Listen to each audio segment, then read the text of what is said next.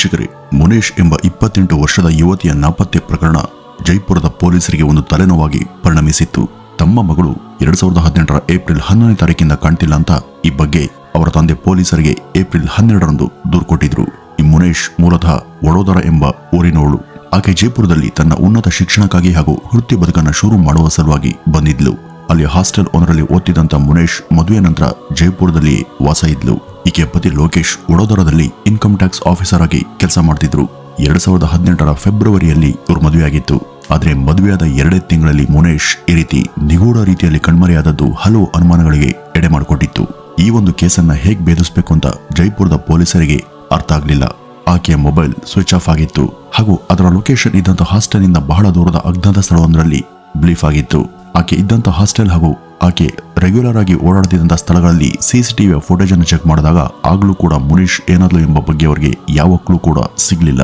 ಆಕೆ ಪತಿ ಲೋಕೇಶ್ ತನ್ನ ಪತ್ನಿ ಎಲ್ಲಿ ಹೋದ್ಲು, ದಯಮಾಡಿ ಅವಳನ್ನ ಆದಷ್ಟು ಬೇಗ ಪತ್ತೆ ಹಚ್ಚಿಕೊಡಿ ಅಂತ ಅವ್ರ ಬಳಿ ಮನವಿ ಮಾಡ್ಕೊಂಡಿದ್ದ. ಬಹಳ ಬೇಗ ಈ ಒಂದು ಕೇಸ್ ಮೀಡಿಯಾಗಳ ಗಮನವನ್ನು ಕೂಡ ಸೆಳೆಯಿತು. ಎಲ್ಲ ಕಡೆ ಈಕೆ ಪತ್ತೆಗಾಗಿ ಆಗ್ರಹಿಸಿ ಕ್ಯಾಂಡಲ್ ಹಿಡಿದು ಜನ ಮಾರ್ಚ್ ಮಾಡಿದ್ರು. ಆಕೆಯ ಪತಿ, ತಂದೆ ಹಾಗೂ ಇತರ ಆಕೆಯ ಆಪ್ತರು ಈ ಬಗ್ಗೆ ದೂರನ್ನು ಕೊಟ್ಟರು ಕೂಡ ಪೊಲೀಸ್ ಈ ಬಗ್ಗೆ ಏನೂ ಸೀರಿಯಸ್ ಗಮನವನ್ನ ಹರಿಸ್ತಿಲ್ಲ ಅಂತ ಪೊಲೀಸರ ಬಗ್ಗೆ ಮಾಧ್ಯಮಗಳಲ್ಲಿ ಟೀಕಾ ಪ್ರಹಾರ ಶುರುವಾಯಿತು. ಆಗ ಅಲರ್ಟ್ ಆದಂತ ಪೊಲೀಸ್ ಈ ಒಂದು ಕೇಸನ್ನು ಬೇಯಿಸೋದಿಕ್ಕೆ ಮುಂದಾದ್ರು.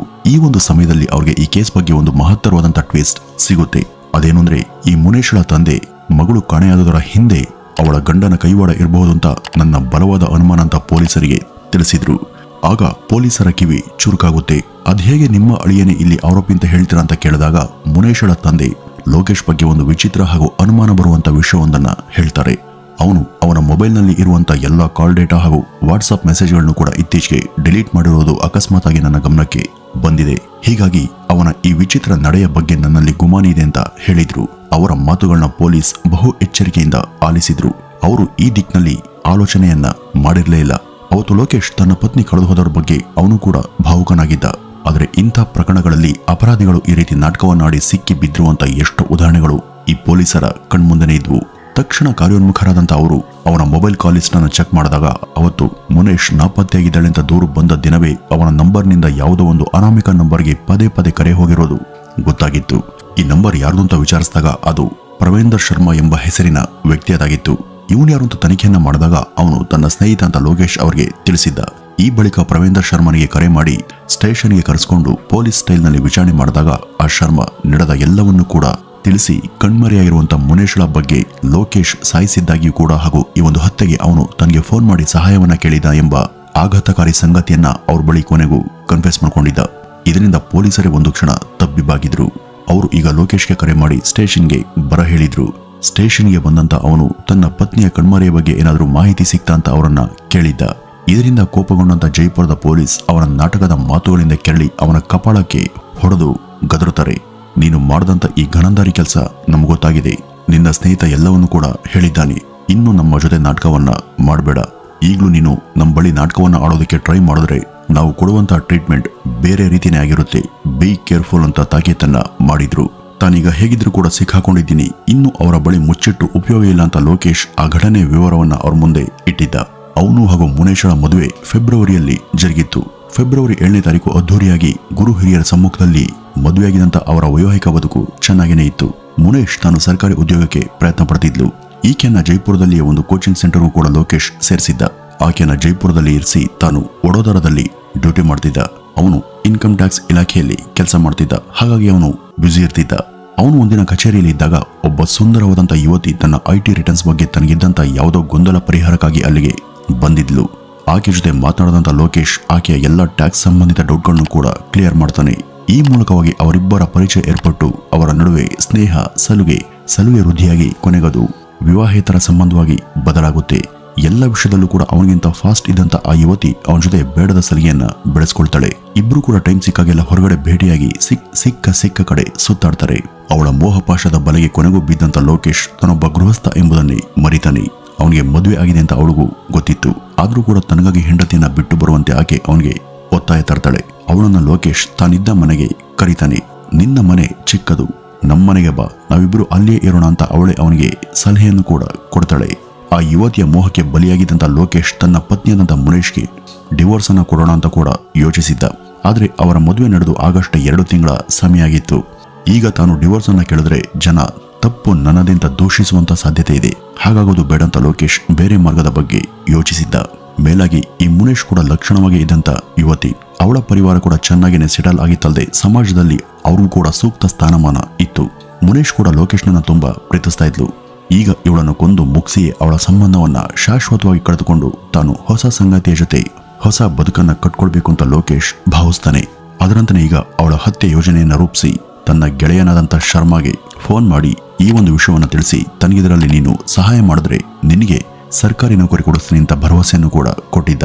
ಅವನು ಒಡೆದಂತ ಆಮಿಷಕ್ಕೆ ಬಲಿಯಾದಂತ ಅವನ ಸ್ನೇಹಿತ ಸರಿ ಇದಕ್ಕೆ ನನ್ನ ಸಹಕಾರ ಇದೆ ಅಂತ ಹೇಳಿದ್ದ. ಅದರಂತೆ ಏಪ್ರಿಲ್ 11ನೇ ತಾರೀಕು ಪತ್ನಿಗೆ ಕರೆ ಮಾಡದಂತ ಲೋಕೇಶ್ ತನಗೆ ಕಚೇರಿಯಲ್ಲೊಂದು ಸಮಸ್ಯೆ ಎದುರಾಗಿದೆ, ನೀನು ಈಗಲೇ ಯಾರಿಗೂ ಕೂಡ ಹೇಳದೆ ಇಲ್ಲಿಗೆ ಬಾ, ನಿನ್ನನ್ನ ನಾನಿದ್ದಲ್ಲಿಗೆ ಕರೆ ತರೋದಿಕ್ಕೆ ನನ್ನೊಬ್ಬ ಸ್ನೇಹಿತ ಬರ್ತಾನೆ ಅಂತ ಹೇಳಿದ್ದ. ಬರುವಾಗ ಮೊಬೈಲ್ ಅನ್ನ ಸ್ವಿಚ್ ಆಫ್ ಮಾಡ್ಕೊಂಡೆ ಬಾ ಅಂತ ಲೋಕೇಶ್ ಆಕೆಗೆ ಆದೇಶ ಮಾಡಿದ್ದ. ಗಂಡನನ್ನ ಇನ್ನಿಲ್ಲದಂತೆ ನಂಬಿದಂತ ಮುನೇಶ್ ಅವನ ಆ ಮಾತುಗಳ ಹಿಂದೆ ರಾಕ್ಷಸತನ ಇದೆ ಅಂತ ಗ್ರಹಿಸಲೇ ಇಲ್ಲ. ಅವನು ಹೇಳಿದ್ದನ್ನೆಲ್ಲ ಚಾಚು ತಪ್ಪದೆ ಪಾಲಿಸಿದ್ಲು. ಮೊದಲು ಆಕೆ ತನ್ನ ಮೊಬೈಲ್ ಅನ್ನ ಸ್ವಿಚ್ ಆಫ್ ಮಾಡ್ಕೊಂಡಿದ್ಲು. ಅವಳು ಸ್ವಲ್ಪ ದೂರ ಬಂದಂತೆ ಅಲ್ಲಿ ಲೋಕೇಶ್ನ ಸ್ನೇಹಿತ ಶರ್ಮಾ ಬಂದ. ಅವನ ಕಾರನ್ನ ಸದ್ದಿಲ್ದೆ ಈ ಮುನೇಶ್ ಏರಿ ಕುಳಿತಿದ್ಲು. ನಂತರ ಅವನು ಅವಳನ್ನ ಲೋಕೇಶ್ ಇದ್ದ ಸ್ಥಳಕ್ಕೆ ಕರೆದೊಯ್ದ. ಅಲ್ಲೊಂದ್ ಕಡೆ ಲೋಕೇಶ್ ಕೂಡ ಆ ಒಂದು ಕಾರನ್ನ ಹತ್ತಿ ಕುಳಿತ ಸ್ವಲ್ಪ ಹೊತ್ತಿನಲ್ಲೇ ಅವನು ಸ್ನೇಹಿತ ಶರ್ಮನ ಸಹಾಯದಿಂದ ಅಸಹಾಯಕ ಪತ್ನಿಯ ಕತ್ತನ್ನ ಹಿಸ್ಕಿ ಕೊಂದು ಹಾಕಿದ್ದ. ಅಸಹಾಯಕಳಾದಂತ ಮುನೇಶಳನ್ನ ಈ ಲೋಕೇಶ್ ಒಂದಿಷ್ಟು ಕೂಡ ಕರುಣೆ ಇಲ್ಲದೆ ಸಾಯಿಸಿದ್ದ. ಪತಿಯ ಸಂಕಷ್ಟಕ್ಕೆ ಮುರುಗಿ ಅವನಿಗೆ ನೆರವಾಗೋದಕ್ಕೆ ಧೈರ್ಯ ತುಂಬೋದಕ್ಕೆ ಬಂದಿದ್ದಂತ ಮುನೇಶ್ ಅವನ ಸ್ವಾರ್ಥಕ್ಕೆ ಈ ರೀತಿ ಬಲಿಯಾಗಿದ್ಲು. ಜೀವವನ್ನ ತೆಗೆದ ಬಳಿಕ ಅವಳ ದೇಹವನ್ನ ಒಂದು ಚೀಲದಲ್ಲಿ ಹಾಕಿ ಅದನ್ನ ಬಿಗಿದಿದ್ರು. ನಂತರ ಅದನ್ನ ಕಾರಲ್ಲಿ ಸ್ವಲ್ಪ ದೂರ ಸಾಗಿಸಿ ಅಲ್ಲಿಯ ಅಡವಿ ಪ್ರದೇಶದ ಒಂದು ದುರ್ಗಮ ಸ್ಥಳದಲ್ಲಿ ಎಸ್ದು ಬಂದ್ರು. ಅದನ್ನ ಎಂತ ಕ್ಷುದ್ರ ಸ್ಥಳದಲ್ಲಿ ಎಸ್ತಿದ್ರು ಅಂದ್ರೆ ಮುಂದೆ ಆ ದೇಹವನ್ನು ಹುಡುಕೋದಕ್ಕೆ ಪೊಲೀಸರಿಗೆ 6 ಗಂಟೆಯ ಸಮಯ ತಗಲಿತ್ತು. ಪತ್ನಿಯನ್ನ ಕೊಂದಂತ ಲೋಕೇಶ್ಗೆ ಒಂದು ಸಣ್ಣ ಪಾಪ ಪ್ರಜ್ಞೆ ಕೂಡ ಇರಲಿಲ್ಲ. ಅದೇ ರಾತ್ರಿ ಅವನು ಹಾಗೂ ಶರ್ಮಾ ಇಬ್ರು ಕೂಡ ಆರಾಮಾಗಿ ಎಣ್ಣೆ ಪಾರ್ಟಿಯನ್ನು ಕೂಡ ಮಾಡಿದ್ರು. ಇದಾಗಿ ಮರುದಿನ ಶರ್ಮಾನ ಡ್ರಾಮಾ ಶುರುವಾಯಿತು. ತನ್ನ ಮಾವನಿಗೆ ಕರೆ ಮಾಡಿ ಮುನೇಶ್ ಕಾಣ್ತಿಲ್ಲ, ಅವಳ ಫೋನ್ ಕೂಡ ಸ್ವಿಚ್ ಆಫ್ ಆಗಿದೆ, ಆಕೆಗೆ ಏನಾಗಿದೆ, ಆಕೆ ಹೇಗಿದ್ದಾಳೆ, ಒಂದ್ಸಾರಿ ಅಲ್ಲಿಗೆ ಹೋಗಿ ನೋಡಿ ಅಂತ ಹೇಳಿದ್ದ. ಅದರಂತೆ ಮುನೇಶ್ಳ ತಂದೆ ಆಕೆ ಇದ್ದಂತ ಹಾಸ್ಟೆಲ್ಗೆ ಹೋದಾಗ ಅಲ್ಲೆಲ್ಲೂ ಕೂಡ ಮುನೇಶ್ ಇರಲಿಲ್ಲ. ಆಕೆ ಅಲ್ಲೆಲ್ಲೂ ಕೂಡ ಇಲ್ಲ ಅಂತ ಅವರು ಲೋಕೇಶ್ಗೆ ಹೇಳಿದಾಗ ಸರಿ ಈ ಬಗ್ಗೆ ಈಗಲೇ ಒಂದು ಪೊಲೀಸ್ ದೂರನ್ನ ಕೊಡಿ, ನಾನು ಕೂಡ ಬರ್ತೀನಿ ಅಂತ ಲೋಕೇಶ್ ಅವ್ರಿಗೆ ತಿಳಿಸಿದ್ದ. ಆಗ್ಲೇ ಅವರು ಈ ಬಗ್ಗೆ ಪೊಲೀಸರ ಬಳಿ ದೂರನ್ನ ಕೊಟ್ಟಿದ್ದು. ಸ್ಟೇಷನ್ಗೆ ಬಂದ ಲೋಕೇಶ್ ಅಲ್ಲಿ ಹೈಡ್ರಾಮಾವನ್ನೇ ಶುರು ಮಾಡಿದ್ದ.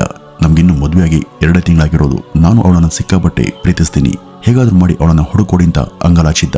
ಅವನ ಭಾವುಕತೆ, ಅಳು, ದುಃಖ ಇದೆಲ್ಲ ನೋಡಿದಂತ ಪೊಲೀಸ್ ಹಾಗೂ ಇತರ ಎಲ್ಲರೂ ಕೂಡ ಒಂದು ಕ್ಷಣ ಯಾಮಾರಿದ್ರು. ತನ್ನ ಮೇಲೆ ಯಾರಿಗೂ ಈ ಬಗ್ಗೆ ಮೊದಲು ಅನುಮಾನ ಬರದಂತೆ ಮಾಡುವಲ್ಲಿ ಅವನು ಸಂಪೂರ್ಣ ಯಶಸ್ವಿಯಾಗಿದ್ದ. ಆದ್ರೆ ಅವನ ಫೋನನ್ನು ಚೆಕ್ ಮಾಡಿದಾಗಲೇ ಅವನ ಮೇಲೆ ಅವನ ಮಾವನಿಗೆ ಅನುಮಾನ ಬಂದಿತ್ತು. ಲೋಕೇಶ್ ಬಹು ಸುಲಭವಾಗಿನೇ ಪೊಲೀಸರ ಅತಿಥಿಯಾಗಿದ್ದ. ಇಷ್ಟ ಇಲ್ಲದೆ ಇದ್ರೆ ಅವಳನ್ನ ಬಿಟ್ಟು ಹೋಗಬಹುದಿತ್ತು ಅಥವಾ ತಾನೇ ಎಲ್ಲಿಗಾದ್ರೂ ಹಾಳಾಗಿ ಹೋಗಬಹುದಿತ್ತು.